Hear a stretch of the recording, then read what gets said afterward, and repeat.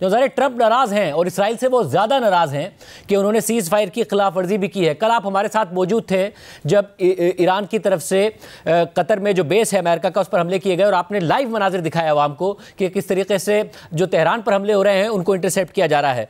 उस वक्त से लेकर सीज़ फायर तक और सीज़ फायर के बाद क्या इसराइल ने बहुत खिलाफ वर्जियाँ की हैं? क्योंकि आप ही ने रिपोर्ट किया कि 100 से ज़ायद ईरानी शहीद हुए हैं।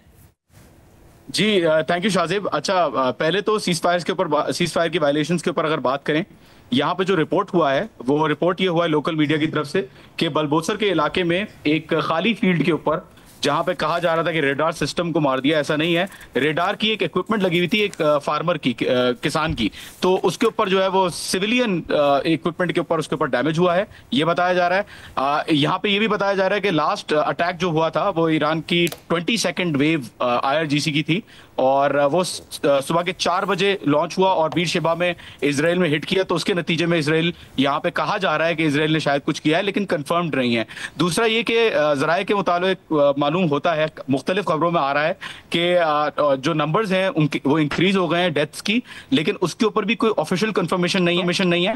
मैं ऑफिशियल से रब्ता करने की कोशिश कर रहा हूँ, लेकिन आज तो जाहिर है बहुत ज्यादा बिजी हैं सब लोग, तो रिस्पॉन्स ज्यादा नहीं आ रहा।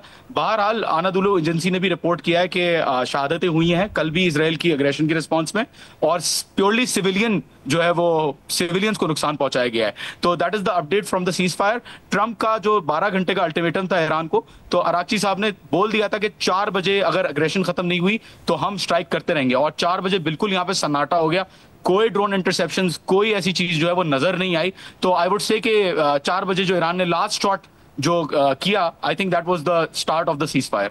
और आपने भी जो ईरानी अवाम है वो जब सेलिब्रेशंस कर रहे थे उसके मनाजिर भेजे कि किस तरीके से सेलिब्रेशंस की जा रही हैं। अब से थोड़ी देर पहले प्रेस टीवी भी रिपोर्ट कर रहा था कि अब भी, कल भी रात को भी और अब भी जो है लोग खुश हैं। तो अब इस वक्त लोग खुश हैं कि जितना ईरान ने रिस्पॉन्ड कर दिया उतना बहुत, और अमन हो जाए तो बेहतर।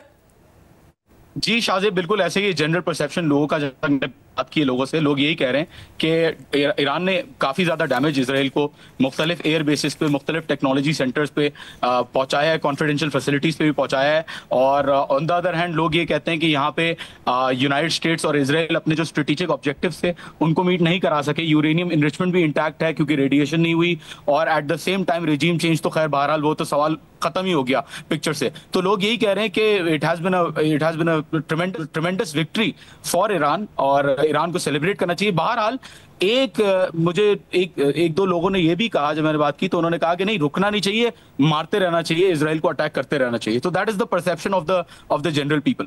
मतलब जब ज़ाहिर इन तमाम हमलों से पहले जब ईरान के और अमेरिका के न्यूक्लियर डील के हवाले से चल रहे थे मुज़ाकरात, तो ईरानी अवाम के हवाले से खुद प्रेस टीवी ने, वहाँ के लोकल मीडिया ने रिपोर्ट किया कि वो चाहते हैं कि जी डील हो जाए, आगे मामलात बढ़े जाए। अब लोग चाह रहे हैं कि जी अब मुज़ाकरात की मेज़ पर जाएं, डील करें, ईरान की मईशत खुले, पाबंदियां हटें। इस वक्त क्या तासुरात हैं उनके?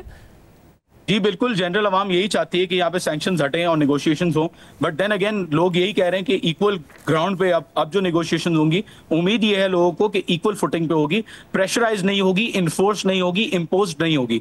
तो लोग यही जवाब दे रहे हैं कि अगर नेगोशिएशंस होती भी हैं तो वो जो है वो इक्वल बेसिस पे हो। On the same side officials का कहना ये है इनफॉर्मली कि अब जो नेगोशिएशंस होंगी वो दोबारा इनडायरेक्ट चैनल्स के ही थ्रू होंगी, and most probably direct channels के थ्रू अभी तक ईरान नेगोशिएट नहीं करेगा।